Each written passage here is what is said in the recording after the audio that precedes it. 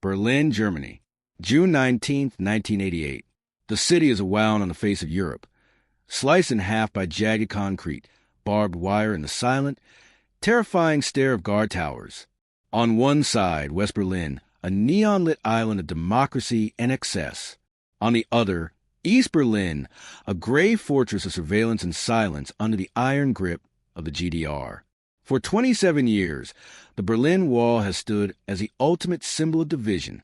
Families separated, dreams crushed, lives ended by the sharp crack of a sniper's rifle for the crime of wanting to be free. But tonight, something is different.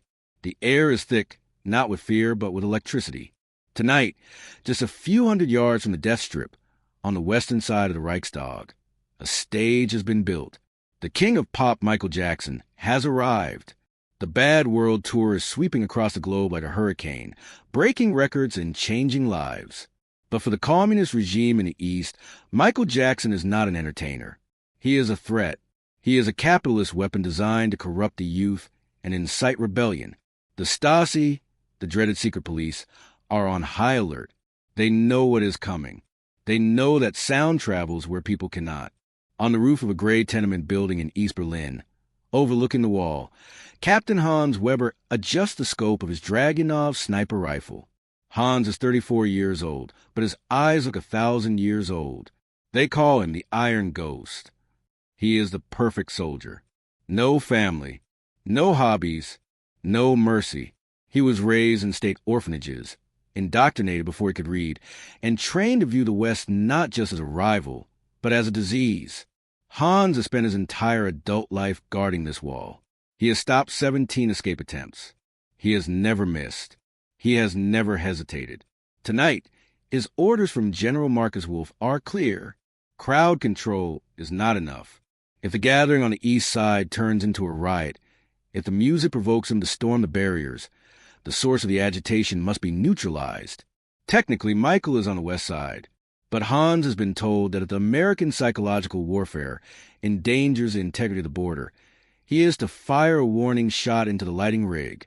If that fails, he is to take the shot that ends the show. Hans checks the wind. It is blowing from the west, carrying the faint roar of 50,000 people gathering on the other side. He despises them. He despises the excess, the noise, the chaos. And most of all, he despises the man in the silver jacket who is causing it all. To Hans, Michael Jackson represents everything weak about humanity. Emotion, fantasy, disorder. Below him, on the streets of East Berlin, the situation is deteriorating. The Stasi police, the Volkspolizei, are forming lines, batons ready. Despite the bans, despite the threats of imprisonment, young East Germans are gathering. They are creeping through alleyways, pressing against police barricades, just to catch a whisper of the music. They are hungry, not for food, but for color in a black and white world. Hans watches them through his scope. He sees a young girl, maybe 16, holding a hand-painted sign that says, "We are the world." He feels a surge of disgust. Naivety. That is what kills nations. He shifts his aim back to the stage on the other side of the wall. The lights go down. The roar becomes deafening. It shakes the dust off the roof tiles where Hans lies prone. Explosions of pyrotechnics rip through the night sky, illuminating the guard towers like lightning. And then he is there. Michael Jackson launches onto the stage. The music hits the air like a physical force. Want to be starting something? The bass line thumps against the concrete of the wall, vibrating through the ground, passing under the feet of the guards and into the bodies of the oppressed. Hans watches through the crosshairs. He sees a man who moves like he defies gravity. He sees the adoration of the crowd. It makes his finger tighten on the trigger. This is dangerous. This is chaos. Why are they screaming for him? He is just a man. For an hour, the concert rages. The crowd on the east side is growing. 5,000, then 10,000. They are pressing against the police lines. The Stasi agents are shouting, swinging batons, trying to push back the tide. But the people aren't fighting back with fists. They are fighting with their presence. They are chanting, "Michael, Michael, Michael." General Wolf's voice crackles in Hans's earpiece. Captain Weber. Status. Hans replies, voice steady. The crowd is agitated, General. The subject is continuing the performance. Prepare for solution B. The General orders. If they breach the secondary perimeter, you shut down the sound. By any means. Hans knows what any means implies. He centers the crosshairs on the sound equipment, then drifts slightly left, to the man dancing in the spotlight. It would be so easy. One pull. The noise stops. Order returns. Then the tempo changes. The frantic energy of the pop songs fades. The stage lights turn a deep, solemn blue. The synth pads swell, sounding like a church organ from the future. Michael stands alone at the center of the stage. He is sweating breathless, but he looks suddenly fragile. He isn't dancing. He is looking out at the darkness. He knows who is out there. He knows about the people on the other side of the wall. He specifically asked the sound engineers to turn the speakers toward the east. He wanted them to hear. The song begins. I'm going to make a change for once in my life. Man in the mirror. On the roof, Hans Weber exhales slowly to steady his aim. He tries to block out the words, to focus only on the mission, but the wind is carrying the lyrics straight to him. It's going to feel real good, going to make a difference, going to make it right. Hans frowns. He expects slogans. He expects American propaganda about how great capitalism is. He expects to be told that he is the enemy. But this man isn't singing about nations. He isn't singing about ideologies. As I turn up the collar on my favorite winter coat, this wind is blowing my mind. Hans freezes. The wind, the cold. He knows that feeling. He remembers the winter of 1962, the orphanage, standing in the courtyard without a coat, shivering, while the instructors told him that suffering made them strong. He pushes the memory down. Focus. I see the kids in the streets with not enough to eat. Who am I to be blind? Pretending not to see their needs. Through the scope, Hans sees Michael's face. He is grimacing, not in anger, but in pain. It's genuine. Hans is a professional interrogator. He knows when someone is lying. He knows the micro-expressions of deceit. Michael Jackson is not lying. He is pleading. Down on the street, the East Berlin crowd has stopped pushing. The police have stopped swinging. A strange stillness settles over the danger zone. They are listening. A summer's disregard, a broken bottle top, and a one-man soul. Hans feels a twitch in his eye. A broken bottle top. Why that image? He remembers his father, before the state took him away. A broken man, drinking forget the war, staring at a table full of bottle caps. Hans shakes his head violently. What is happening to him? This is a trick. It is psychological manipulation. I've been a victim of a selfish kind of love. It's time that I realize that there are some with no home, not a nickel to loan. Hans grips the rifle tighter. His knuckles are white. He is the iron ghost. He does not feel. He does not care. But his heart is hammering against his ribs. The music is getting louder, building, rising. It feels like the sound is drilling into the concrete roof, into his bones. I'm starting with the man in the mirror. I'm asking him to change his ways. The chorus hits like a shockwave, and no message could have been any clearer. If you want to make the world a better place, take a look at yourself, and then make a change. Take a look at yourself. Hans looks through the scope. He sees Michael. But for a split second, he doesn't see the pop star. He sees a reflection.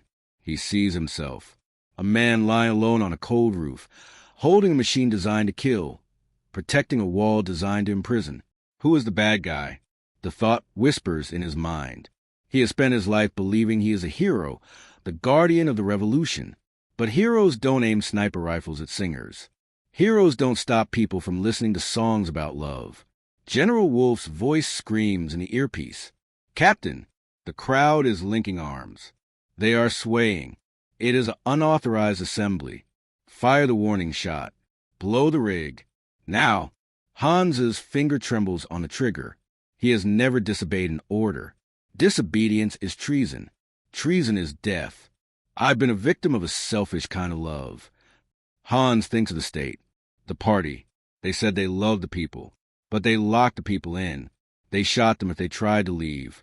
Is that love or is that possession? You got to get it right while you got the time. 'Cause when you close your heart, then you close your mind. When you close your heart. Hans realizes his heart has been closed for 20 years. He sealed it shut to survive. He turned himself into a weapon because weapons don't hurt. But the music is prying him open. The voice is slipping through the cracks in his armor. Make that change. Michael screams. Stand up and lift yourself, now. On the street below, the East Berliners are singing along. They don't know all the English words, but they know the melody. They are humming it, a low, vibrating hum that rises up the building. Even some of the young police officers have lowered their batons. They are looking at each other, confused. Human. Captain Weber, fire immediately. That is a direct order. The general is shouting now. Hans looks at Michael. Michael is spinning, falling to his knees, ripping his shirt open. He is pouring everything he has into the microphone. He isn't performing anymore. He is praying. He is begging the universe for peace. And in that moment, the iron ghost dies. Hans Weber takes his finger off the trigger. He engages the safety. The click sounds like a gunshot in the silence of the roof. He sits up. He pulls the earpiece out of his ear and lets it dangle. He can hear the general's tiny, tinny voice screaming, but it sounds like it's coming from another planet. Hans looks over the wall. He sees the glow of the west. He sees the darkness of the east. And he realizes they are the same people, the same history, the same pain, divided by nothing but fear and men like him. Tears. Hot, stinging tears rolled down Hans's face. He hasn't cried since he was 6 years old. He touches his cheek, shocked by the wetness. He is crying. The Stasi captain, the sniper, the killer, he is weeping on a rooftop while a man in a silver glove sings about redemption. I'm starting with the man in the mirror. Hans whispers the words. His voice is rusty and used. Man in the mirror. He looks at his reflection in the glass of the scope. He hates what he sees. But the song says he can change. The song says it is never too late. He leaves the rifle on the roof. He leaves his badge next to it. He stands up and walks to the edge of the building, looking down at the crowd. He doesn't see targets anymore. He sees brothers. He sees sisters. The concert ends. The lights go out. But the change has already happened. Hans Weber disappears into the night. He does not report back to headquarters. He goes into hiding, moving from basement to basement, sheltered by the very people he used to oppress. He trades his uniform for workers' clothes. He begins to talk to people, to listen. 17 months later, November 9th, 1989, the Berlin Wall falls. It doesn't fall because of a bomb. It doesn't fall because of a tank. It falls because the people decided they were no longer afraid. They surged forward, and the guards, men who felt the same shift in the air that Hans felt that night, did not shoot. They opened the gates. Hans is there that night. He is one of the first to cross into West Berlin. He isn't looking for bananas or blue jeans. He is looking for a record store. He buys a copy of the album Bad. He holds it in his hands like a holy relic. He stares at the cover, at the eyes of the man who saved his soul. Years go by. Germany is reunited. The Stasi files are opened.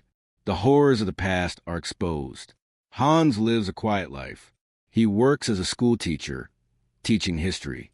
He teaches children about the dangers of blind obedience. He teaches them about the power of art. In 1997, Michael Jackson returns to Germany for the history tour. He receives a letter at his hotel in Munich. It is screened by security, but something about it makes the head of security pause. It is written on old, yellowed paper. It reads, "Dear Mr. Jackson, you do not know me, but once I had you in the crosshairs of a rifle. I was ordered to silence you. I was a man of ice, built to destroy, but you sang to me. You asked me to look in the mirror. You saved my life, and you saved the lives of everyone I might have hurt since that night. I put down my gun. I never picked it up again. You fought a war without firing a shot, and you won. Thank you for giving me back my humanity. Sincerely, the man on the roof." Michael reads the letter in his dressing room. His makeup artist sees him go still. She sees the king of pop, the man who performed for millions, lower his head and weep. Michael folds a letter and puts it in the pocket of his jacket, right next to his heart. That night, during the show, before he sings Man in the Mirror, he stops. This song, Michael says, his voice breaking slightly, is for my friend in Berlin, and for anyone who thinks they are too far gone to change. You are never too far gone. Love is always waiting for you. Hans Weber is in the audience that night. He is 60 feet back in the standing section. He hears the dedication. He knows. He closes his eyes, raises his hands to the sky, and for the first time in his life, he feels completely, totally free. The story of Hans Weber was never in the history books. The official reports from that night in 1988 simply say that security measures were maintained. But those who were there know the truth. They remember the tension. They remember the fear. And they remember how the music washed it all away. We often think of music as entertainment, something to dance to, something to pass the time. But we forget that music is a frequency. It is a vibration that can shatter glass, and if the pitch is right, it can shatter walls. Michael Jackson didn't just moonwalk. He didn't just sell records. He walked into the darkest places of the world and turned on a light. He looked at enemies and saw potential friends. He looked at soldiers and saw lost children. And on a cold night in East Berlin, while the world held its breath, he proved that a melody is stronger than a bullet. Hans Weber died peacefully in 2014. In his will, he asked for no military honors, no mention of his rank. He asked only for one song to be played at his funeral. As his coffin was lowered into the ground, the friends and students who loved him stood in silence, listening to the sound of a finger snap, a synth beat, and a voice that changed the world. I'm starting with the Man in the Mirror. If this story of redemption and the unstoppable power of music moved you, please like this video and subscribe to our channel. We are dedicated to uncovering the hidden legacy of the legends who shaped our world. Hit that notification bell because there are thousands of stories hidden in the notes of your favorite songs, and we are going to tell them all. Music heals. Music saves. Music frees. Never forget that.